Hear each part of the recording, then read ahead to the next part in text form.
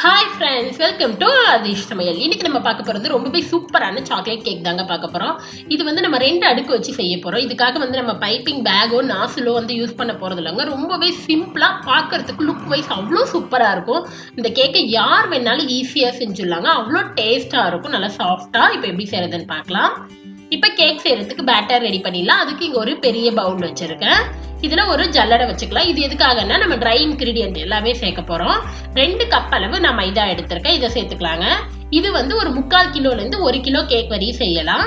இதில் 3/4 கப் அளவு cocoa powder எடுத்திருக்கேன். நீங்கள் எல்லா பொருட்களையும் ஒரே கப்பில் அளவிடுங்க. மெஷரிங் கப்பு அப்படி வேணும்னு அவசியம் இல்லை. ஒரு கிளாஸ் எடுக்கிறீங்கன்னா எல்லாத்தையுமே அதுலேயே எடுத்துக்கோங்க. இதோட 2 கப் அளவு பவுடர் சுகர். நீங்கள் வந்து சர்க்கரை பவுடராகவும் சேர்த்துக்கலாம். அப்படி இல்லை அப்படின்னா நீங்கள் சர்க்கரையா கூட சேர்த்துக்கலாம். ஆனால் சலிக்கும் போது சர்க்கரையா சேர்த்தீங்கன்னா சேர்க்காதீங்க, கடைசியா சேருங்க. இப்போ பவுடர் சுகர் வந்து 2 கப் சேர்த்துக்கலாங்க. இதோட 1 டேபிள் ஸ்பூன் அளவு பேக்கிங் பவுடர், 1/2 டேபிள் ஸ்பூன் அளவு பேக்கிங் சோடா. இதுதாங்க தேவையான ட்ரை இன்கிரீடியன்ட். இது எல்லாத்தையுமே நல்லா சலிச்சுக்கலாம். நம்ம எப்பவுமே கேக் செய்யும் போது மாவு சலிக்கணும், அப்பதான் வந்து நல்லா சாஃப்டா கிடைக்கும். உங்களுக்கு மெஷரிங் குழப்புற மாதிரி இருந்துச்சு அப்படின்னா கீழே வந்து நான் தெளிவாக கப்ஸ் எல்லாம் எவ்வளோன்னு கொடுக்குறேன், நீங்கள் வந்து பார்த்துக்கோங்க. இப்போ இது எல்லாத்தையுமே ஒரு ஸ்பேட்சுலா வச்சு நல்லா மிக்ஸ் பண்ணி விடலாங்க. இப்போ இதோட நம்ம வெட் இன்கிரீடியன்ட் சேர்த்துக்கலாம். 1/2 கப் அளவு பால் எடுத்திருக்கேன். இது வந்து ரூம் டெம்பரேச்சரில் உள்ள பால் தான். நீங்கள் காய்ச்சின பாலாக இருந்தால் ஆற வச்சு சேர்த்துக்கலாம். இதோட 1 கப் அளவு தயிர் சேர்த்துக்கலாம். தயிர் நீங்கள் சேர்க்கல அப்படின்னா இதுக்கு பதிலாக 4 முட்டை கூட சேர்த்துக்கலாம்.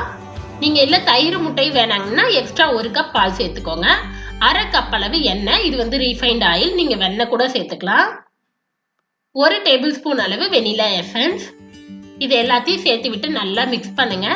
கெட்டி எதுவுமே இருக்கக்கூடாது. ஸ்பேட்சுலா வச்சு மிக்ஸ் பண்ணிக்கலாம், இல்லை பிஸ்கு வச்சு மிக்ஸ் பண்ணிக்கலாம். எது வேணாலும் நீங்கள் வச்சு மிக்ஸ் பண்ணிக்கலாங்க. கட்டி எதுவுமே இல்லாத நல்லா மிக்ஸ் பண்ணி எடுத்துக்கலாம். நம்ம பாருங்க, இப்போ நல்லா மிக்ஸ் பண்ணியாச்சு, சூப்பராக ரெடி ஆயிடுச்சு. பேட்டர் வந்து நமக்கு இந்த கன்சிஸ்டன்சில தான் இருக்கணும். அப்போதான் வந்து கேக் வந்து நமக்கு நல்லாவே சாஃப்டாக இருக்கும். ரொம்ப லிக்யூடாவோ கெட்டியாவோ இருக்கக்கூடாது. இப்போ பேட்டர் ரெடி ஆயிடுச்சு. டின் ரெடி பண்ணிடலாம். இன்னைக்கு நம்ம 2 அடுக்கு பண்ண போறோம்ன்றனால நான் 2 டின் எடுத்து வச்சிருக்கேன். இது வந்து ஒரு சின்ன சைஸ் டின்னு, அதுக்கு அடுத்த சைஸ் ஒன்று. நமக்கு கேக் வந்து அவுட்லுக் வந்து இப்படி தாங்க வரும். இப்போ இதை வந்து கிரீஸ் பண்ணிக்கலாம். ஒரு எண்ணெயோ இல்லை நெய்யோ வச்சு ப்ரஷ்ல வந்து நல்லா அப்ளை பண்ணிக்கலாங்க, இல்லை கையில கூட அப்ளை பண்ணிக்கலாம். இதில் பட்டர் பேப்பர் வச்சுக்கலாம். பட்டர் பேப்பர் இல்லை அப்படின்னா நீங்கள் மைதா வச்சு டஸ்ட் பண்ணி விட்டுருங்க. இதுக்கு மேலேயும் எண்ணெயை வந்து நல்லா அப்ளை பண்ணிக்கலாம். இதே போல் 2 டின்னும் ரெடி பண்ணிட்டு நம்ம ரெடி பண்ணி வச்ச கேக் பேட்டர் இதில் வந்து சேர்த்துக்கலாங்க. எப்பவுமே கேக் பேக் பண்ணும்போது நமக்கு 1/2 டின்னுலேருந்து 3/4 டின் அளவு மட்டும் பேட்டர் சேருங்க. ஃபுல்லாக சேர்த்திங்கன்னா பொங்கி வெளியில் வந்துடும். இப்போ டின்னுல ஊற்றியாச்சு. இதை வந்து 2-3 டைம் டேப் பண்ணிக்கலாம். இப்போ இதை வந்து பேக் பண்ண ஆரம்பிச்சிடலாம். நம்ம இன்னைக்கு கடாயில் ஒரு டின்னு, குக்கரில் ஒன்று பேக் பண்ண போகிறோம். இங்கே கடாயை வந்து மீடியம் ஃப்ளேமில் 10 to 15 மினிட்ஸ் வந்து ப்ரீ ஹீட் பண்ணிட்டேன். நீங்கள் உப்பு போட்டு கூட பேக் பண்ணிக்கலாம், உப்பு போடாமலே பண்ணிக்கலாம். நான் உப்பு போடாமல் பண்ணுறேன். இதில் ஒரு இந்த ஸ்டாண்ட் மாதிரி இந்த மாதிரி வச்சுருங்க. இதில் நம்ம ரெடி பண்ணி வச்ச டின்னை வச்சுட்டு மூடி போட்டு மூடிடலாம். அடுப்பை மீடியம் ஃப்ளேமில் வச்சுட்டு 30 to 35 மினிட்ஸ் வந்து பேக் பண்ணிக்கோங்க. 30லேருந்து 35 நிமிஷம் மீடியம் ஃப்ளேமில் பேக் ஆகட்டும். நம்ம அடுத்தது குக்கரில் வச்சிடலாம். குக்கரையும் இங்கே வந்து 10 மினிட்ஸ் மீடியம் ஃப்ளேமில் வந்து ப்ரீ ஹீட் பண்ணி எடுத்துட்டேன். கண்டிப்பாக வந்து ப்ரீ ஹீட் பண்ணிக்கோங்க, அப்போ தான் இந்த ஹீட் இருக்கும் உள்ள நமக்கு. இதெல்லாம் இது மாதிரி ஒரு ஸ்டாண்ட் வச்சுட்டு நம்ம டின்னை வந்து உள்ளே வச்சுட்டு க்ளோஸ் பண்ணிடலாங்க. அடுப்பை இதையுமே மீடியம் ஃப்ளேமில் 30லேருந்து 35 நிமிஷத்துக்குள்ளே பேக் பண்ணிடலாம். இது சின்ன டின்னுன்றனால 5 மினிட்ஸ் சீக்கிரமாகவே நமக்கு பேக் ஆகிடும். அது பெரிய டின்னு எக்ஸ்ட்ரா 5 மினிட்ஸ் ஆகும். 2ஐயும் வந்து நம்ம டைம் பார்த்து பேக் பண்ணிக்கலாம். இப்போ எனக்கு கரெக்டாக இங்கே ஒரு 35 நிமிஷம் ஆயிடுச்சுங்க. பாருங்கள், கேக் வந்து நல்லா பேக் ஆயிடுச்சு. ஒரு டூத் பிக் வச்சு குத்தி பாருங்கள். இந்த மாதிரி ஒட்டாமல் வந்துச்சுன்னா கேக் வெந்துருச்சுன்னு அர்த்தம். கேக் வெந்துருச்சு. இதை வெளியில் எடுத்து வச்சிடலாம். குக்கரும் இங்கே வந்து எனக்கு ஒரு 30 நிமிஷம் ஆயிடுச்சு. பாருங்க, கேக் வந்து நல்லா வெந்திருக்கு. இதையும் வந்து செக் பண்ணிட்டு வெளியில் எடுத்து வச்சிடலாம். இதெல்லாம் ஆறட்டும். அதுக்குள்ளே இதுக்கு தேவையான ஃப்ராஸ்டிங்க்கு விப்பிங் க்ரீம் ரெடி பண்ணிடலாம். அதுக்கு இங்கே ஒரு பவுலில் விப்பிங் க்ரீம் 1 கப் அளவு எடுத்திருக்கேன். இதில் 4 டேபிள் ஸ்பூன் அளவு ஐசிங் சுகர் இல்லைன்னா பவுடர் சுகர், 1/2 டேபிள் ஸ்பூன் அளவு வெனிலா எசன்ஸ் சேர்த்து விட்டு இதை நல்லா ஸ்டிஃப் பீக்காக வரணும். க்ரீம் மாதிரி நல்லா நம்ம கேக்கில் ஃப்ராஸ்டிங் பண்ணுறதுக்கு வரணும். அந்த அளவு பீட் பண்ணி எடுத்துக்கலாம். இப்போ பாருங்கள், க்ரீம் வந்து சூப்பராக ரெடி ஆகிடுச்சு. நல்லா இந்த மாதிரி ஸ்டிஃபாக இருக்கணும். நம்ம ஒரு ஸ்பேட்சில் ஒரு கரண்டியில் எடுத்தோம்னா அது விழக்கூடாது, அந்தளவு ஸ்டிஃபாக இருக்கணும். அப்போ தான் நமக்கு கேக் டெக்கரேஷன் பண்ண சூப்பராக இருக்கும்.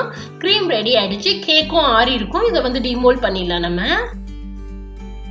கேக் வந்து இங்க நல்லா ஆறிடுச்சு. ஒரு கத்தியில சைடெல்லாம் எடுத்து விட்டுட்டு இது டிமோல்ட் பண்ணிக்கோங்க. ஒரு பிளேட்ல தலைகீழா கவுத்தாலே போதும். கவுத்து விட்டுட்டு லைட்டா மேல தட்டுங்க. நமக்கு கேக் வந்து ஈஸியா டிமோல்ட் ஆகி வரும். கேக் வந்து டிமோல்ட் ஆயிடுச்சு. பட்டர் பேப்பர் எனக்கு டின்னிலேயே இருக்கு. கேக் வந்து பாருங்க நல்லா அவ்வளோ சாஃப்டா இருக்கு. இப்போ இதை வந்து மேல் லேயரை ஈவனா கட் பண்ணிட்டு இதை 2 அடுக்கா நம்ம கட் பண்ணிக்கலாம். 2 லேயரா நான் கட் பண்ணிக்கிறேன். உங்களுக்கு எத்தனை லேயர் வேணுமோ அது போல கட் பண்ணிக்கலாம். இப்போ 2 லேயரா கட் பண்ணதை ஒரு லேயரை தனியா எடுத்து வச்சிடலாங்க. இங்க டெக்கரேஷன் பண்ண ஒரு கேக் ரோலர் இருக்குல்ல, அதுல வந்து மேல ஒரு அட்டை வச்சிருக்கேன். நீங்க பிளேட் கூட வச்சு அதுல கொஞ்சம் விப்பிங் கிரீம் வச்சுக்கோங்க. அப்ப கேக் வந்து நமக்கு மூவ் ஆகாத இருக்கும். அதுக்கு மேல வந்து சுகர் சிரப் அப்ளை பண்ணிக்கலாம். கொதிக்கிற தண்ணியில 3 டேபிள் ஸ்பூன் சர்க்கரை போட்டு அதை வந்து எடுத்து வச்சுக்கோங்க. அதுதான், வேற எதுவும் கிடையாது. இதை நல்லா அப்ளை பண்ணிவிட்டு இதுக்கு மேல கிரீமை வந்து நல்லா ஒரு லேயர் அப்ளை பண்ணிக்கலாம். இது வந்து கிரீம் உங்களோட விருப்பம் தாங்க. எவ்வளவு அதிகமோ கம்மியோ நீங்க அட்ஜஸ்ட் பண்ணிக்கலாம். இதுக்கு மேல நம்ம கட் பண்ணி எடுத்து வச்ச இன்னொரு லேயர் கேக்க வச்சுக்கலாம். இதுக்கு மேலேயும் சுகர் சிரப் வந்து நல்லா அப்ளை பண்ணிக்கலாம். நம்ம சுகர் சிரப் அப்ளை பண்ணாதான் கேக் வந்து 2 நாள் இருந்தாலுமே அந்த சாஃப்ட்னஸ் இருக்கும். இப்போ இதுக்கு மேலேயும் விப்பிங் கிரீம் வந்து நம்ம அப்ளை பண்ணிக்கலாம். சைடெல்லாம் அப்ளை பண்ணிக்கோங்க. உங்களுக்கு எத்தனை லேயர் வருதோ அது எல்லாத்தையுமே வச்சுட்டு அதுக்கப்புறம் சைடு மேல எல்லாம் நல்லா அப்ளை பண்ணி எடுத்துக்கலாம். இப்ப பாருங்க நல்லா அப்ளை பண்ணியாச்சு. கேக் வந்து நகராம இருக்கிறதுக்காக ஒரு டூத் பிக் வந்து பெரிய குச்சா எடுத்திருக்கேன். 2 அடுக்கு கேக்கும் எவ்வளவு ஹைட் வருமோ அந்த அளவு நான் கட் பண்ணி எடுத்திருக்கேன். அதை வந்து சென்டர்ல குத்திக்கலாங்க. அதுக்கப்புறம் சுத்திலும் ஒரு 3 குச்சி வந்து அந்த ஒரு லேயர் கேக் வந்து நமக்கு எவ்வளவு ஹைட் இருக்கோ அந்த ஹைட்டுக்கு குச்சை கட் பண்ணிட்டு சேர்த்துக்கலாம்.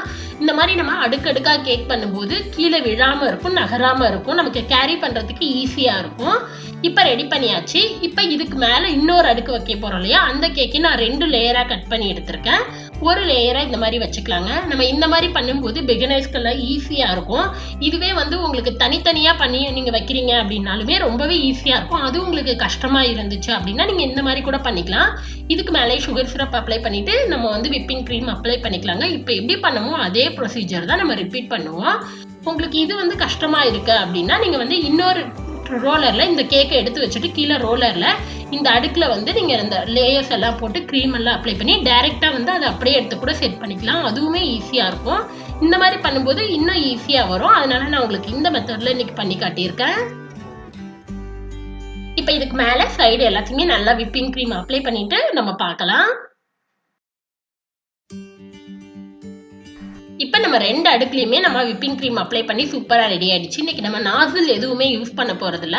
ஸோ சிம்பிளா நம்ம வீட்டுல இருக்கிற பொருட்கள் வச்சுதான் டெக்கரேஷன் பண்ண போறோம். அதுக்கு இங்க வந்து ரிப்பன் இருக்கு இல்லையா, கலர் ரிப்பன். அதுக்கு என்ன கலர் ரிப்பன் இருக்கோ அதை வந்து இந்த மாதிரி சுத்திலும் நல்லா சுத்தி விட்டுருங்க. அதே போல மேலடுக்கு கீழடுக்கு அது 2லயுமே நம்ம சுத்தி விட்டுக்கலாம். இந்த மாதிரி பண்ணும்போது ரொம்பவே சூப்பரா இருக்கும். ரொம்ப பாக்குறதுக்கு சிம்பிளா இருந்தாலும் அவ்வளோ சூப்பரா இருக்குங்க அவுட்லுக்கு. இங்க கொஞ்சம் ரோஸ் வந்து நான் எடுத்து வச்சிருக்கேன். இது குட்டி குட்டி ரோஸ், நீங்க பெரிய ரோஸ் கூட வச்சு டெக்கரேஷன் பண்ணிக்கலாம். இதை வந்து சென்டர்ல இந்த மாதிரி ஒரு பூ வச்சுட்டு அதை சுத்திலும் ஒரு 3-4 பூ வச்சு விட்டுருங்க. இதோட அவுட்லுக் கடைசியா பார்க்கும்போது அவ்வளோ சூப்பரா இருக்குங்க. நீங்க நாசில் வச்சு பண்ணா கூட அந்த அளவு இருக்குமா என்னன்னு தெரியாது. இது வந்து ரொம்பவே சூப்பரா இருக்கும். ரொம்ப ஈஸியா செஞ்சிடலாம். இது செய்யறதுக்கு நமக்கு நாசிலும் தேவையில்ல, நமக்கு அந்த கைப்பக்குவமும் வரணும்னு அவசியம் இல்லை. ரொம்பவே ஈஸியா இதை யார் வேணாலும் செய்யலாம். அதே போல கீழே வந்து ஒரு 3 பூ இந்த மாதிரி வச்சுக்கிறேன். இந்த அடுத்த அடுக்குலயும் அதே போல வைக்கும்போது ரொம்பவே சூப்பரா இருக்கும். அதே போல கீழே வந்து கொஞ்சம் தள்ளி அதே மாதிரி 3 பூ வச்சுக்கிறேன். ஓவராலா இது முடிச்சுட்டு பார்க்கும்போது சூப்பரா இருக்குங்க. இதுக்கு வந்து ரோஸ் தான், நம்ம இதை வந்து சாப்பிடக்கூடாது அப்படின்றதுதான் இல்ல. நீங்க உங்களுக்கு ரோஸ் பிடிக்காது அப்படின்னா இதை ரிமூவ் பண்ணிட்டு கூட கேக்கை கட் பண்ணிக்கலாம். ஆனா பாக்குறதுக்கு சூப்பரா இருக்கும். இப்ப இதை சுத்திலும் நான் கொஞ்சம் சாக்லேட் பால்ஸ் வந்து கலர் பால்ஸ் இருந்தது என்கிட்ட, கோல்டன் கலர், அதை வச்சு விட்டுக்கிறேன். அதை வந்து சைட்லயுமே இது போல ஒண்ணு ஒட்டி விட்டுட்டாங்க. இதெல்லாம் நம்மளோட விருப்பம் தான். அடுத்ததா கீழே அடுக்குல சில்வர் பால் வந்து கொஞ்சம் பெரிய சைஸ் இருந்தது, அது சுத்திலும் இது போல வச்சு விட்டுட்டேன். அவ்வளவுதான், நம்மளோட கேக் டெக்கரேஷன் சூப்பரா ரெடி ஆயிடுச்சுங்க. பாருங்க ஓவராலா லுக் அவ்வளோ சூப்பரா இருக்கு. ரொம்பவே சாஃப்டா கேக் இருக்கு. நான் உங்களுக்கு கட் பண்ணி காட்டுறேன் பாருங்க. ரொம்ப ஈஸியா இருக்கும், சூப்பரா இருக்கும். இதை வந்து நம்ம யாருக்காவது பர்த்டே, வெட்டிங் டே, எந்த ஃபங்க்ஷனா இருந்தாலும் செஞ்சு கொடுக்கலாம். நம்மளால யாரால வேணாலும் இந்த கேக் செய்ய முடியுங்க. அவ்வளோ சிம்பிளான இந்த கேக்கை நீங்களும் கண்டிப்பா ட்ரை பண்ணி பாருங்க. உங்களுக்கு இந்த வீடியோ பிடிச்சிருந்துச்சுன்னா லைக் பண்ணுங்க, ஷேர் பண்ணுங்க, கமெண்ட் பண்ணுங்க, மறக்காம சப்ஸ்கிரைப் பண்ணுங்க. கூடவே இருக்கிற பெல் பட்டனை பிரஸ் பண்ணுங்க. அப்பதான் நான் எப்ப வீடியோ போட்டாலும் உங்களுக்கு நோட்டிபிகேஷன் வரும். நெக்ஸ்ட் ஒரு நல்ல ரெசிபியில உங்களை பாக்குறது வரைக்கும் பாய்.